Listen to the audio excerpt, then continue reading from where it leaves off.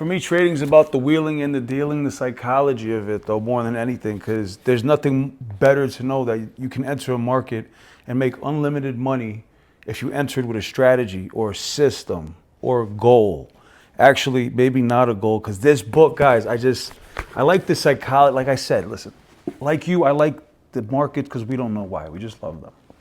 And we can't get enough of them. When you actually think about it, and you think about what we watch, the charts, that is really and truly the most low budget, like video game style screen we could be watching. Think of like the advancement since whatever system you grew up with until now. Leaps and bounds. But we look at these green and red candles and we just can't get enough of them. Why? Because of the infinite potential inside of them, correct? That's the way I see it. Anyway, guys, back to this book. I like to pull stuff out of books so this way I could bring it into my trading. And I think that's what helps the most because, look, there's plenty of videos out here that are going to talk about setups and indicators, etc. Hold on a second. Let me get decent. Setups, indicators, and etc. And you, listen, pick your poison. Because guess what? The markets are made to be unpredictable. So whatever system that you might feel is your edge and this and that, that's fine. They all work at some point. It's like throwing a net in the ocean. You're going to catch something at some point, right? So the thing with trading is that when you get into it, you don't have a goal. Well, you do have a goal. Let's start with the things you do have. You have goals, but you don't have systems. Now, this book is talking about forget about those goals and focus on those systems instead. Now, that sounds kind of crazy, doesn't it? But for those of you who are system thinkers, that makes total sense. Now, check this out. Well, let me just go to the book before I even give you my 2 cents. I've got stuff highlighted here for you. I've prepared this for us. You're welcome. Okay, so check this out, guys. Goals are the results you want to achieve. Systems are about the processes that lead to those results. Wow, that's very powerful. I'll read it again. Goals are about the results you want to achieve. Systems are about the processes that lead to them. I'm going to have to button up. This is getting crazy. Don't load too much skin. I think that's very powerful because I think when we come into the markets or when you come into anything, right, it's all about set a goal.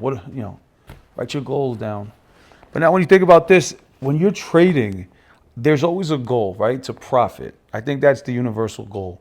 But the thing is this. If everyone has the same goal, because I think if you're a newbie or you're a seasoned veteran, we all have the same goal to make money in the market. So the question becomes, why doesn't everyone achieve success? I mean, everyone has goals and aspirations of making big money. Why doesn't it not happen? What's going on here? So I think the answer is in the systems. And like they said here, goals are about the results you want to achieve. Systems are about the processes that lead to them. So it's your system that leads to the goal. So the goal needs to be there, right?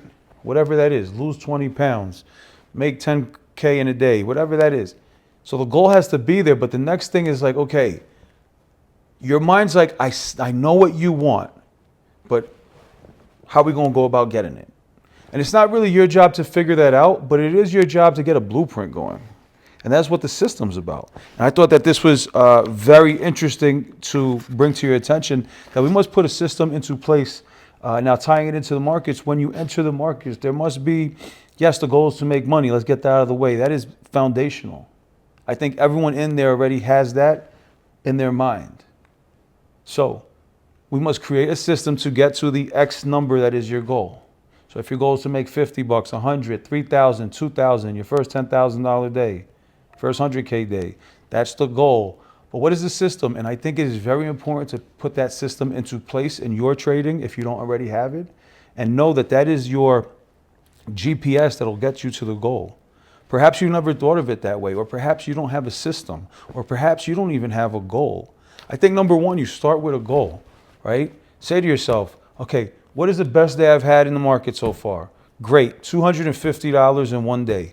Okay, how about having another $250 day? Because a lot of people want you to jump up again. Oh, 500, we want to do 500. No, it's about consistency. How about, let me see if I could have another one of those days. And guess what? It's like here, I read something here. It says a famous football player. Okay, the goal to any sport is to finish what, okay, I'm sorry. Hold on. The goal in any sport is to finish with the best score, but it would be ridiculous to spend the whole game staring at the scoreboard. The only one who actually wins it. Wait, the only way to actually win is to get better each day. In the words of, here we go. Sorry, guys. I didn't know where it was. Here we are. In the words of three-time Super Bowl winner Bill Walsh, the score will take care of itself. Same is true for other areas in your life. If you want better results, then forget about setting goals, focus on your systems instead. So our systems would be something like, okay, you're saying what systems perhaps? Okay, the system is what strategy, what net do I deploy into the ocean, which is SPY, Tesla, whoever, Microsoft, Apple, Nvidia. When you cast your net, what is your system for catching fish, or is there any? Because technically there really doesn't have to be one, because this game is a game of probability. You cast your net enough, you will catch fish. But the problem here is that the capital is not infinite. You don't get infinite casts. The same way you would on a boat. You can cast that net as many times as your strength will hold up, your endurance will hold up. But in the market, we must be cautious with the way we cast our net, because our capital is the only reason we get admission to cast. That's what lets us onto the boat. So we must have a system to identify when it is that we will cast our net. And then also, if we do not catch anything, when will we bring that net back in and realize, okay, let me save my strength, my endurance, my time for an opportunity where, you know what, I see fish jumping out the water. The water's boiling. Look at the fish. They're all over the place. Oof. Right? So I guess something that I wanted to mention was, in terms of systems, a lot of people think of it very rigidly and very squarely. But I've began to develop a system that my leading indicator is my intuition. That's correct. I'm starting to realize in my trading journey that while indicators and the charts and this and that, that's fine. Everyone's looking at that. I began to realize that on my biggest day, the biggest trade that I ever made till this point was a day when I trusted my intuition and let go of anything that anyone said. It was what I felt. It was bits and pieces that were putting together this story, if you will. And I listened to my gut instinct. And that was something that led me to now think about what was it about that day? Was it the indicators? No. Was it? No. It was that I had this gut feeling. I went with it. I put on a position and ended up profiting. And I think we've all had those days where we've went into a position and it's been a big day, or if not your biggest day, and it wasn't about like, you know, the MACD, or it wasn't about like the RSI or none of that stuff. It was about you connecting with the market and you ultimately wanting what the market wanted, right? You wanted it. The market wanted to rally, so did you, right? Or you felt that the frenzy of buying was getting exhausted and you put a put on or a short. Well, you also agreed with the market. And it's when we agree with the market, when we want what the market wants, is when we are most successful. Because when you're fighting the market, when you're trying to figure out like it's me versus them, it's me versus the smart money and I'm the dumb money. Bro, like all this talk about smart money and institutions, I just want to say this thing, is that all an institution is an organized group of people that have a system that they deploy into the market regularly with risk management heavily attached to it. So if an institution is an organization or a body of people that deploy capital into the markets, don't you also do that on a singular level? Are you not an institution of one? You deploy money into the system, into the markets, just like an institution does. Yes, the scale is different, but we are both deploying money. Now, the only thing that separates the retail trader from the smart money, right, big banks and institutions, is that big banks and institutions have a system that they deploy and you don't. You have goals that you want, numbers that you want to reach, but perhaps you don't have that same system, or perhaps you do. So then great, you are also an institution.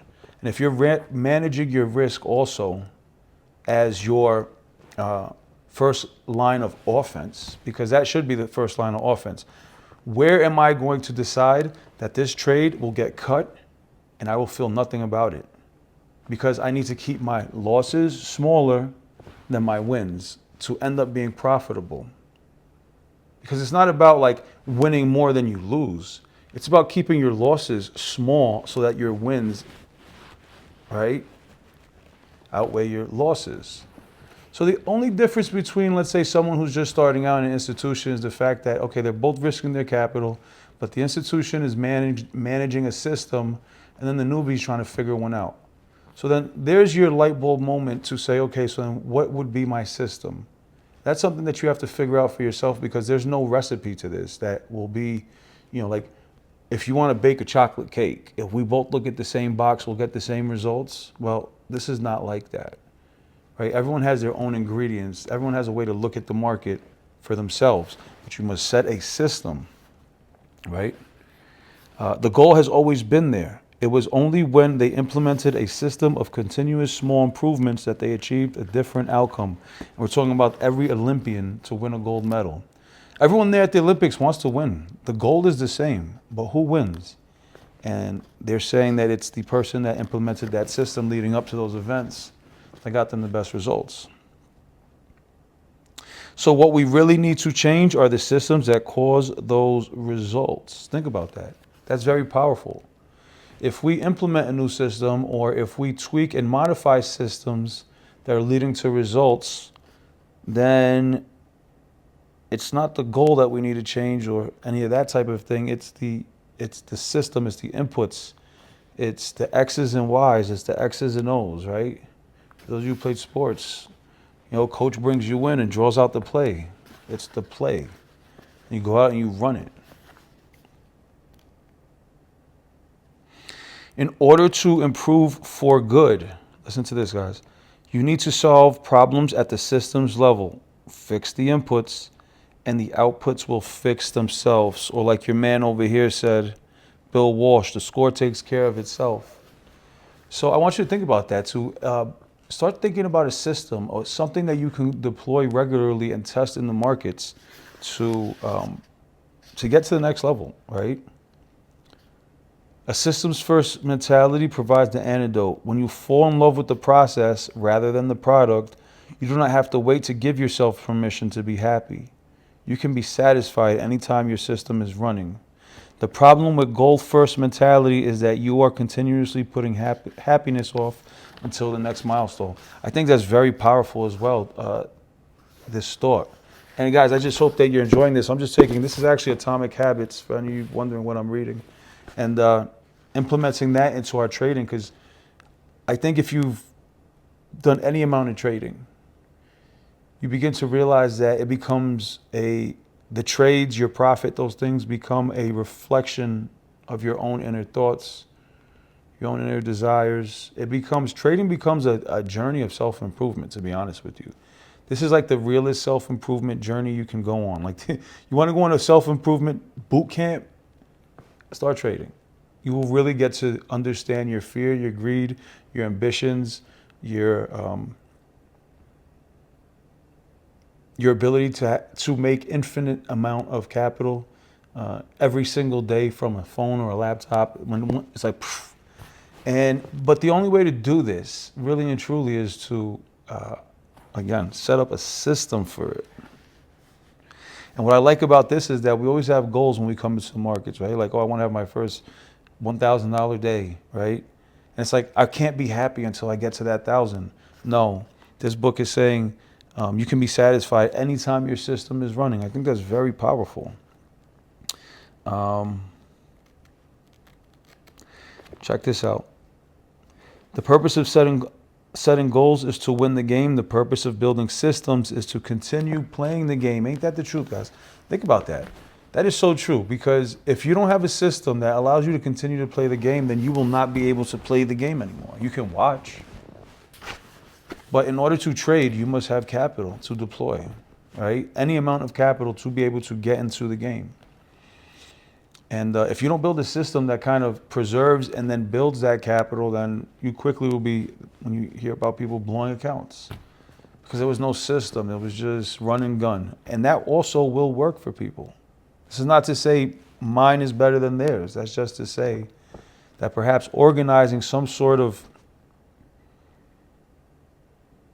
net that you can cast out into the ocean called the market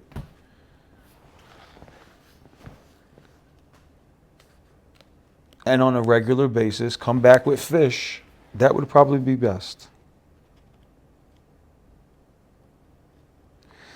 This is the meaning of the phrase atomic habits, which is actually the name of the book. A regular practice or routine that is not only small and easy to do, but also the source of incredible power, a component of the system of compound growth. Wow, I love that. And then finishing off here, there's some chapter summaries, things that I have highlighted. Habits are the compound interest of self-improvement. Getting 1% better every day counts a lot in the long run. Wow. If you get 1% better. An atomic habit is a little habit that is part of a larger system. Just as atoms are the building blocks of molecules, atomic habits are the building blocks of remarkable results. If you want better results, then forget about setting goals. Focus on your systems instead. You do not rise to the levels of your goals. Wow, this is the... Guys, I'm glad I saw this at the end here to leave you with. This is so important. I've read this before, and I've actually highlighted it for this very reason. You do not rise to the level of your goals. You fall to the levels of your systems. I will say that again. You do not rise to the levels of your goals. You fall to the levels of your systems. What happens if you don't even have any systems? I guess you just fall anytime. But you do not fall to the levels of your goals, because our goals are always lofty. But yet we never fall into them sometimes. It's like, I wanted to have my first 10K day, but it hasn't happened yet. I haven't fallen into that. So you do not rise to the level of your goals, because all of our goals, we all have high expectations. But you fall to the level of your systems. Really powerful. Super powerful. I'm glad that that was there. I'm glad that that was there at the end, because I needed to really bring this together for you. I mean, I thought I had it with the net analogy, but I was like, there's still something missing. Like, you know, when you taste the sauce, it's like a little more garlic maybe. And that was it right there. So we all have lofty goals, especially in the markets, but it's about what systems do we have in place to actually go ahead and achieve those results. And that will allow us to go ahead and start taking the next steps. Once we start those building blocks, right? Putting those gears into motion, setting this thing all up, automating it in a way to where you become very automatic. When you see fish, catch fish. It's like my nephew, he's super awesome in baseball, and we brought it down to a real simple way of looking at it. He and I, we were on the beach at Christmas, and we were hitting. And he said it just like this. He goes, you know what? It's real easy. When you see the ball, you hit the ball. I say, you're right. See ball, hit ball. And we say that all the time now. He's eventually be a professional. He's only 8 years old, and he's a beast. But when he said that, it made a lot of sense. See ball, hit ball. Let's not get fancy. Let's not get pretty. Let's not overdo this. Let's see ball, hit ball. You see fish, you grab fish. And when it's not your pitch, you don't swing. And when there's no fish swimming around, you don't cast.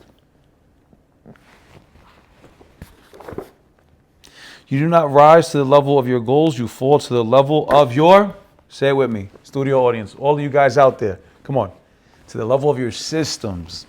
All right, there you have it. I just wanted to share that with you. And if this is something that you guys enjoy, I mean, I'm here reading. So I just have to press record and then upload this. So if that's something you want to see more of, the trading psychology side of it, you know, because again, I'm in it for the action. I'm in it for the thrills.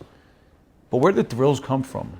It's from the collective emotion of people, the collective intention of everyone in the market making it what it is.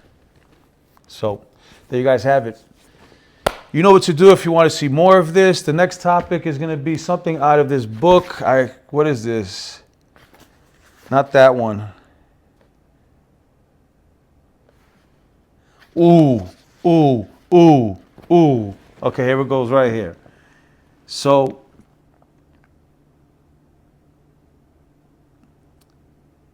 habits can help you achieve all these things that you want, but fundamentally, they're not about having something. They are about becoming someone. Wow. Wow. The system also. Systems can help you achieve all of these things, but fundamentally, they do not have something. They're about becoming someone. That is huge. That's the next topic. That's what we're going with. You have to become someone. Has that ever happened to you? You're in the markets and you must become someone who normally, look, it's not inherent for us to take risks, right? It's not like it's like people don't really want to do that at all. We seek predictability and we seek comfort and we seek the path of least resistance. Basic survival instincts. And I think the least resistance is probably the biggest one. Our brain's constantly trying to figure out, how can I do this easier? So a word of advice, if you're ever trying to get something done, ask the laziest person you know how to do it. And they will show you the absolute best, most simple way to do something. And that is the way our brains operate normally, just from survival. We must maintain our inner energy, our caloric, energy capacity. But you must become someone, and that is an interesting topic. You must become someone. Have you ever been in the markets and you became that person that said, look, normally I don't know, let's go, 100 contracts, right? And you let it ride, and you take on this, it's almost like Clark Kent to Superman. It's like Bruce Wayne to Batman, right? Regular people. And yes, those are comic books. Yes, they're made up stories, but there are plenty of examples throughout history that speak on that. You know, someone becoming bigger because they chose to become that, right? So, all right, that's the next topic. I'm going with that. You have to become someone. That is the truth. Because you know what? All of this, the indicators and this and that and all that, guess what? At the end of the day, it's about you, though. So you must become someone. You must become that person that is confident in your trade. You must become that person that can spot fish when they are swimming by. You must become that person that sees ball, hit ball. And that's where I was talking about my system that I'm developing. And again, this has nothing to do with a course or anything, so don't... Yeah, this is just something I'm sharing with you. This ain't that. Trust me, there's no link in the description for that. But this is something I want to share with you. The system is this. The system is that there is no system when you're actually trading. You can take all of these things into account, right, and watch the videos and get the courses and things like that. But when you end up trading and you take your position, automatically you connect to that living market I was referring to earlier. So when you do that, that is a whole different mentality. That is that person that I'm saying takes over, right? And automatically, with every up and down, you're feeling and you're connected. And I started realizing that on my biggest day, and I want you to think about your biggest day too, the one that the home run, right? The biggest trade you had thus far.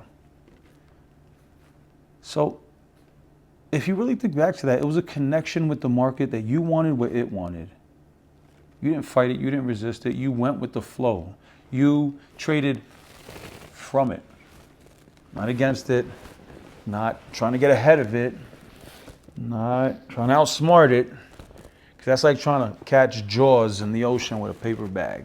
It ain't going to work out too good. So, yeah, when you have your biggest day, when you had your biggest trade, it was this thing I like to call, and a lot of people talk about, I know this video is supposed to end before, but for those of you who are still here, listen, we're home. You need something to drink? I need something. Actually, I need something to drink. I'm going to get something. Yeah, we're here. Hang out. So here's what I'm thinking. So on the biggest day, your biggest trade, right? And by the way, I'm having water with cucumbers and lemon. It's delicious. If you've got water, put it in a glass jar and do a little cucumbers and lemon. It's freaking fantastic. All right. I'm not going to fill up the whole thing because I know you guys are still there. I don't want to be rude. So, hey, So anyway, on your biggest day, you were connected to the market and you were flowing with the market and you wanted what it wanted. I heard someone say before, listen, how were you able to, old timer, how were you able to stay so profitable? And do this and that in the markets for so many years consistently and have this much growth. Like, what was the alpha? Like, what was your guiding light? Guy said it was easy. He goes, I want what the market wants. And isn't that the truth? Isn't that the truth? When you want what the market wants, you get what the market's got to give. But now, when you try to outsmart the market, when you think you can one-up the market, when you think that you are its master, you can control it now. Because guess what? There goes the signal. Double tops. Oh my God, she just crossed the 30-day moving average. Look at that fair value gap. Huh, there's my... Now, everyone has their edge in the thing that they're looking for, but all I'm trying to say is you cannot tame the market. So once you start realizing that you flow with it in the direction of it, that if the river's flowing east, you don't insist that you must go west right then and right there. And if that is the case, find another river going in your direction, because this will be very hard to swim against it or paddle against it. So this idea of basically flowing with the market is something I've also been flirting with, because it is the truth. The times that you've had your biggest trade, you've wanted what the market has wanted. You have gone in the direction that the market is collectively agreeing to go in, right? And then the days that you haven't are the days that you are fighting it. It's going east. You have to go west for no reason. You don't even need to go anywhere. You just want short.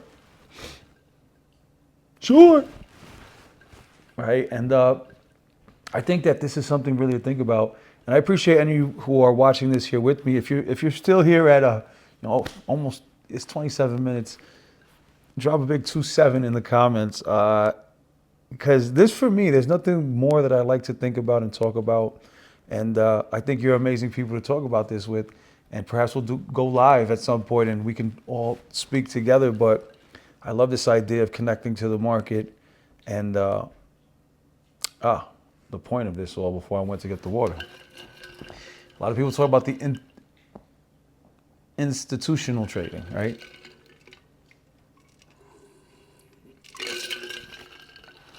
There's so many videos out there that people talk about institutional trading. And there's very, very few people out there who've actually done it, right? Who have actually traded for institutions, hedge funds, etc.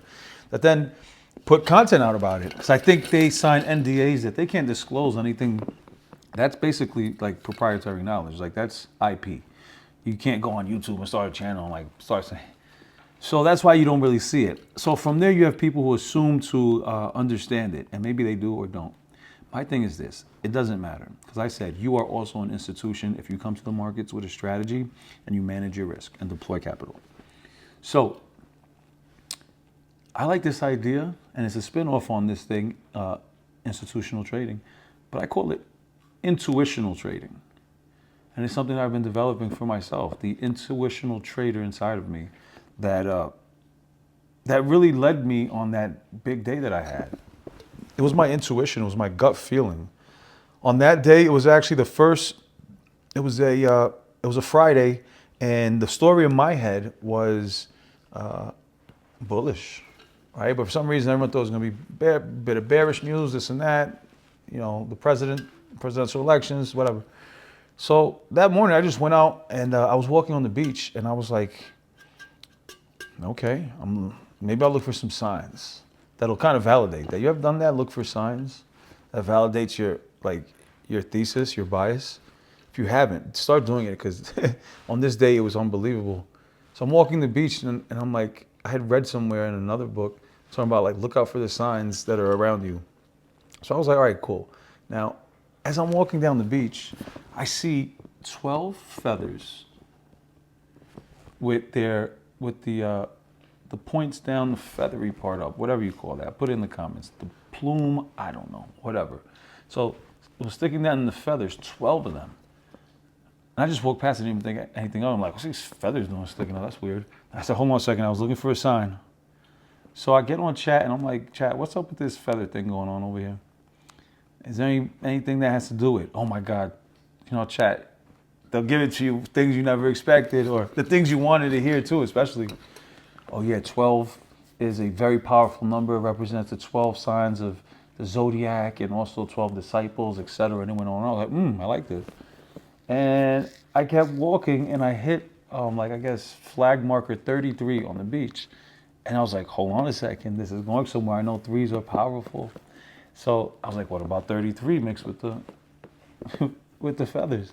Chat starts putting it together, talking about powerful signs of things to come and to be steadfast in your idea and your vision and your direction. And mind you, I was already bullish from the night before, 25 contracts long. So I was kind of already had a bias. You know how it is once you have the contracts, especially overnight. It's like, okay, either I'm going to cut them first thing in the morning or they're going to ride and we're going to crush it. So I'm like, okay, well, maybe this is a signal to keep going with that position and maybe add on a little more. So then I see sandcastles.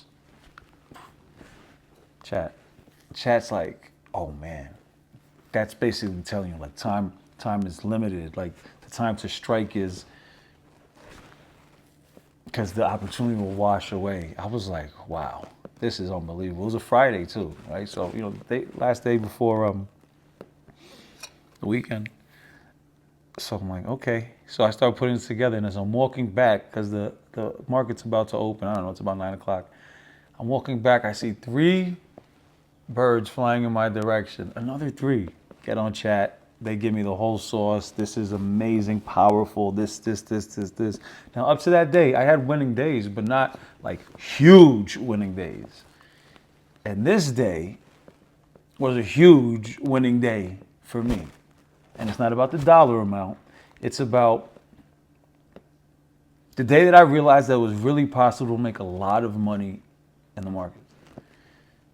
And for you, it's the same thing. The dollar amounts are not the thing, right? What it was for me and it was for you was whatever. It was that it became like, wow, our biggest day. And we finally knew that this was for real. So then I'm like, cool, I'm feeling good. And I jump in the ocean. Mind you, it's like January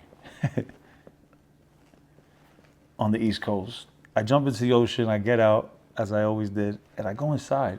And I'm like, okay, I had Bloomberg going in the room and this and that. And as I walk in there, now I'm like a signal monster. Like, where are these signals at? Keep feeding me these signals, because I'm fixing to go in. So I hear that the Pro Bull Riders Association was ringing the opening bell. I'm like, yo, I open my phone, I go 300 contracts, let's go. 300 contracts, 30,000 shares. So I was new to this broker, and the broker was like, whoa, it gave me like a warning. They were like, whoa, big guy. They were like, listen, on this account that you got going on, brand new account, I just opened it.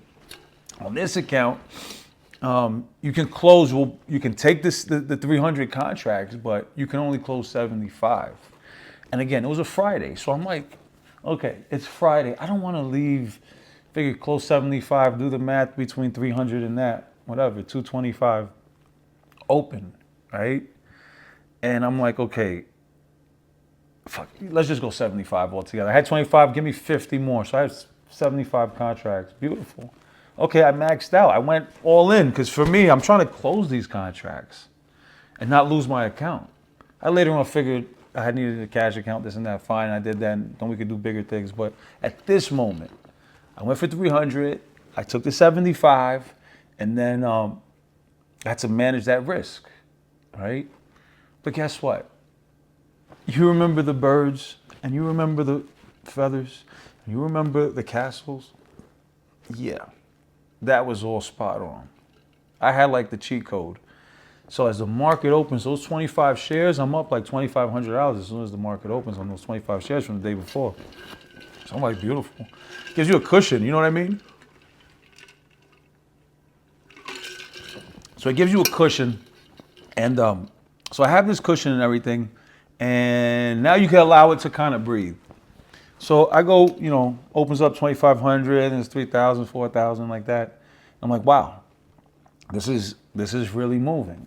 And the funny thing was that I wanted to mention to you was that day I had Bloomberg going. I'm watching the charts and listening to the overall market, NASDAQ, SPY.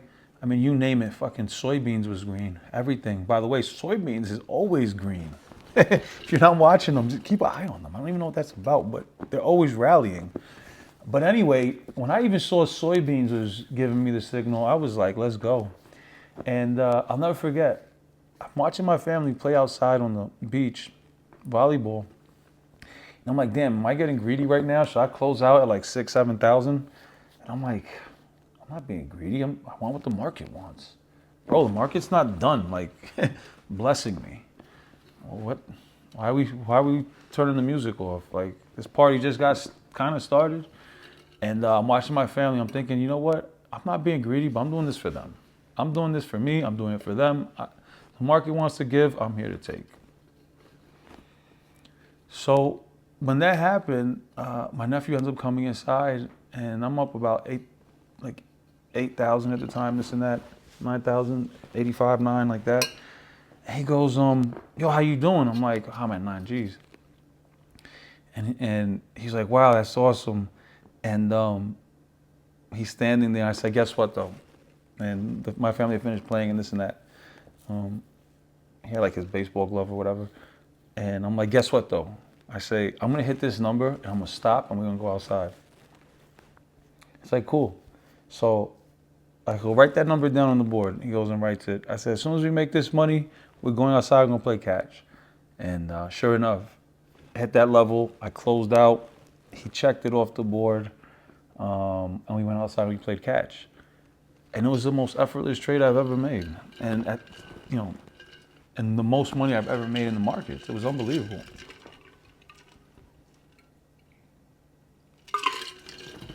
So I guess the moral of that story was, from that experience, I started to think about what was it about that day that really allowed me to have such a profitable trade. And not only that, though, but like the experience, right? The experience was so fantastic. So I should realize, like, wow, this is for real. And it was that I was listening to my intuition, 110%. Those signs that I saw on the beach, the Pro Bull Riders Association, all of that, yeah.